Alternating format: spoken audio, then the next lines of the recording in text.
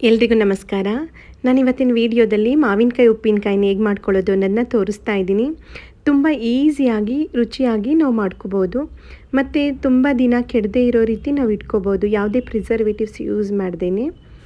ಹೇಗೆಂದರೆ, ನಾವು ಮಾವಿನಕಾಯಿ ಕಟ್ ಮಾಡಿಬಿಟ್ಟು ಒಂದು ದಿನ ಹಾಗೆಯೇ ಡ್ರೈ ಆಗೋದಕ್ಕೆ ಬಿಡಬೇಕು. ಆ ಡ್ರೈ ಆದಮೇಲೆ ನಾವು ಉಪ್ಪಿನಕಾಯಿ ಮಾಡಿಕೊಂಡ್ರೆ ತುಂಬ ದಿನ ಕೆಡೋದಿಲ್ಲ.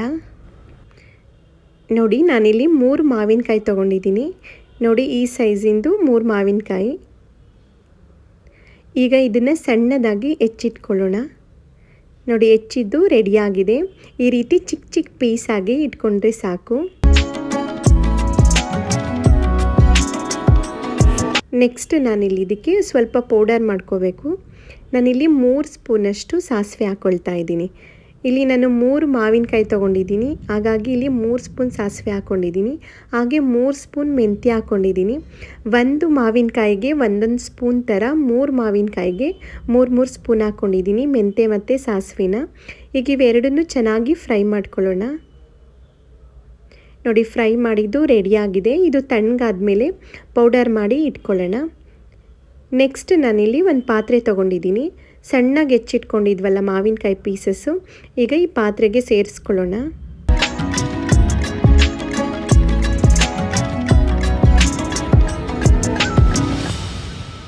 ಹಾಗೆ ನಾನು ಇದಕ್ಕೆ 6 ಸ್ಪೂನಷ್ಟು ಖಾರದ ಪುಡಿ ಹಾಕ್ಕೊಳ್ತಾ ಇದ್ದೀನಿ.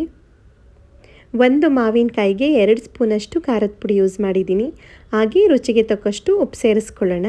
ನಿಮಗೆ ಖಾರ ಕಡಿಮೆ ಬೇಕು ಅಂತ ಅಂದರೆ 1 ಮಾವಿನಕಾಯಿಗೆ 1 ಸ್ಪೂನಷ್ಟೇ ನೀವು ಖಾರದ ಪುಡಿ ಹಾಕೋಬೋದು. ಹಾಗೆ ಪೌಡರ್ ಮಾಡಿ ಇಟ್ಕೊಂಡಿದ್ವಲ್ಲ ಮೆಂತ್ಯ ಮತ್ತು ಸಾಸಿವೆ ಪೌಡರ್ನ ಈಗ ಸೇರಿಸ್ಕೊಳ್ಳೋಣ. ಈಗ ಇದನ್ನೆಲ್ಲ ಚೆನ್ನಾಗಿ ಮಿಕ್ಸ್ ಮಾಡ್ಕೊಳ್ಳೋಣ. ಮಾವಿನಕಾಯಿಗೆ ಈ ಪೌಡರ್ ಎಲ್ಲ ಚೆನ್ನಾಗಿ ಹಿಡಿಬೇಕು, ಆ ರೀತಿ ಚೆನ್ನಾಗಿ ಮಿಕ್ಸ್ ಮಾಡ್ಕೊಳ್ಳೋಣ.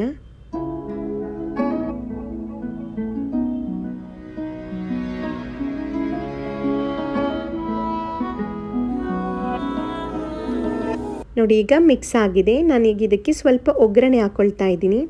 ನಾನಿಲ್ಲಿ 200 ಗ್ರಾಮಷ್ಟು ಎಣ್ಣೆ ಸೇರಿಸ್ಕೊಳ್ತಾ ಇದ್ದೀನಿ. ನೀವು ಎಣ್ಣೆ ಜಾಸ್ತಿ ಬೇಕಂದರೆ ಇನ್ನೂ ಸ್ವಲ್ಪ ಜಾಸ್ತಿ ಹಾಕ್ಬೋದು, ಇಲ್ಲ ಕಡಿಮೆ ಬೇಕು ಅಂತ ಅಂದರೆ ಸ್ವಲ್ಪ ಕಡಿಮೆ ಸೇರಿಸ್ಬೋದು. ಎಣ್ಣೆ ಬಿಸಿಯಾಗಿದೆ. ನಾನೀಗ ಇದಕ್ಕೆ 1 ಸ್ಪೂನಷ್ಟು ಸಾಸಿವೆ ಹಾಗೂ 1 ಸ್ಪೂನಷ್ಟು ಜೀರಿಗೆ ಹಾಕ್ಕೊಳ್ತಾ ಇದ್ದೀನಿ.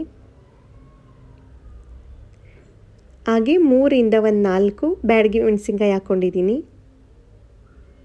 ಹಾಗೆ ಒಂದು ಸಣ್ಣ ಕಪ್ಪಲ್ಲಿ 1 ಕಪ್ಪಷ್ಟು ಬಿಡಿಸ್ಕೊಂಡಿದ್ದಂಥ ಬೆಳ್ಳುಳ್ಳಿ ಸೇರಿಸ್ಕೊಂಡಿದ್ದೀನಿ. ಹಾಗೆ ಸ್ವಲ್ಪ ಹಿಂಗೆ ಸೇರಿಸ್ಕೊಳ್ಳೋಣ. ನೀವು ಬೆಳ್ಳುಳ್ಳಿ ಬೇಕಂದರೆ ಹಾಕೋಬೋದು, ಅದು ಆಪ್ಷನಲ್. ಜಾಸ್ತಿ ಬೇಕು ಅಂದರೆ ಇನ್ನೂ ಸ್ವಲ್ಪ ಜಾಸ್ತಿ ಸೇರಿಸ್ಕೋಬೋದು. ಈಗ ಇದನ್ನೆಲ್ಲ ಚೆನ್ನಾಗಿ ಮಿಕ್ಸ್ ಮಾಡ್ಕೊಳ್ಳೋಣ. ನೀವು ಇದ್ರ ಜೊತೆಗೆ ಸ್ವಲ್ಪ ಕರಿಬೇವು ಬೇಕು ಅಂದರೆ ಕರಿಬೇವು ಸಹ ಸೇರಿಸ್ಕೋಬೋದು. ಈಗ ನಾವು ಮಾವಿನಕಾಯಿನ ಎಲ್ಲ ರೆಡಿ ಮಾಡ್ಕೊಂಡಿದ್ವಲ್ಲ, ಪೌಡರ್ ಎಲ್ಲ ಮಿಕ್ಸ್ ಮಾಡಿ ಅದರೊಳಗಡೆ ಈಗ ಎಣ್ಣೆ ಹಾಕ್ಕೊಳ್ತಾ ಇದ್ದೀನಿ. ಈಗ ಇದನ್ನೆಲ್ಲ ಚೆನ್ನಾಗಿ ಮಿಕ್ಸ್ ಮಾಡ್ಕೊಳ್ಳೋಣ.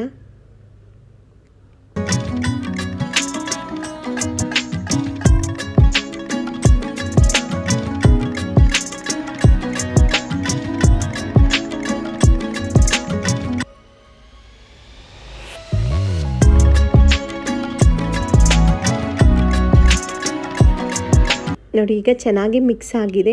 ನಾನೀಗ ಇದು ಇನ್ಸ್ಟಂಟಾಗಿ ಈ ರೀತಿ ಬಂದಿದೆ ಅನ್ನೋದನ್ನ ತೋರಿಸ್ತಾ ಇದ್ದೀನಿ. ನೋಡಿ, ಮಿಕ್ಸ್ ಮಾಡಿದ ತಕ್ಷಣ ಒಂದು 10 ನಿಮಿಷದಲ್ಲಿ ನಾವು ಈ ಉಪ್ಪಿನಕಾಯಿನ ರೆಡಿ ಮಾಡ್ಕೋಬೋದು. ಆದರೆ ಈ ಉಪ್ಪಿನಕಾಯಿ ಒಂದು ದಿನ ಬಿಟ್ಟರೆ ಆ ಮಸಾಲೆ ಎಲ್ಲ ಬಿಟ್ಕೊಳ್ಳುತ್ತೆ, ಚೆನ್ನಾಗಿ ಹಿಡಿಯುತ್ತೆ. ಆಗ ನಮಗೆ ತುಂಬ ಟೇಸ್ಟ್ ಬರುತ್ತೆ. ಇದು ಇನ್ಸ್ಟಂಟಾಗಿ ಮಾಡಿರೋದು. ನೆಕ್ಸ್ಟ್ ನೋಡಿ, ನಾನು ಇವತ್ತು ಮಾಡಿರೋದನ್ನ ಇನ್ನು ಬೆಳಗ್ಗೆ ತೋರಿಸ್ತಾ ಇದ್ದೀನಿ. ನೋಡಿ, ಒಂದು ದಿನ ಆದಮೇಲೆ ತೋರಿಸ್ತಾ ಇದ್ದೀನಿ ಹೇಗೆ ಆ ಗ್ರೇವಿ ಎಲ್ಲ ಬಿಟ್ಕೊಂಡಿದೆ. ನೋಡಿ, ಆಯಿಲೆಲ್ಲ ಎಕ್ಸ್ಟ್ರಾ ಕಾಣಿಸ್ತಾ ಇದೆ. ತುಂಬ ಚೆನ್ನಾಗಿರುತ್ತೆ. ನಾವು ಹೊರಗಡೆ ಯಾವ ರೀತಿ ಉಪ್ಪಿನಕಾಯಿ ತಂದು ನೋಡ್ತೀವೋ ಅದೇ ರೀತಿ ಕಾಣಿಸ್ತಾ ಇದೆ. ಹಾಗೆ ಅಷ್ಟೇ ರುಚಿಯಾಗೂ ಸಹ ಇರುತ್ತೆ. ಒಂದು ಸಲ ಟ್ರೈ ಮಾಡಿ, ತುಂಬ ಚೆನ್ನಾಗಿ ಬರುತ್ತೆ. ಇದೇ ರೀತಿ ಮೆಜರ್ಮೆಂಟಲ್ಲಿ ಮಸಾಲ ಹಾಕ್ಬಿಟ್ಟು ಮಾಡಿ, ಟೇಸ್ಟ್ ಅಂತೂ ತುಂಬ ಚೆನ್ನಾಗಿ ಅನಿಸುತ್ತೆ.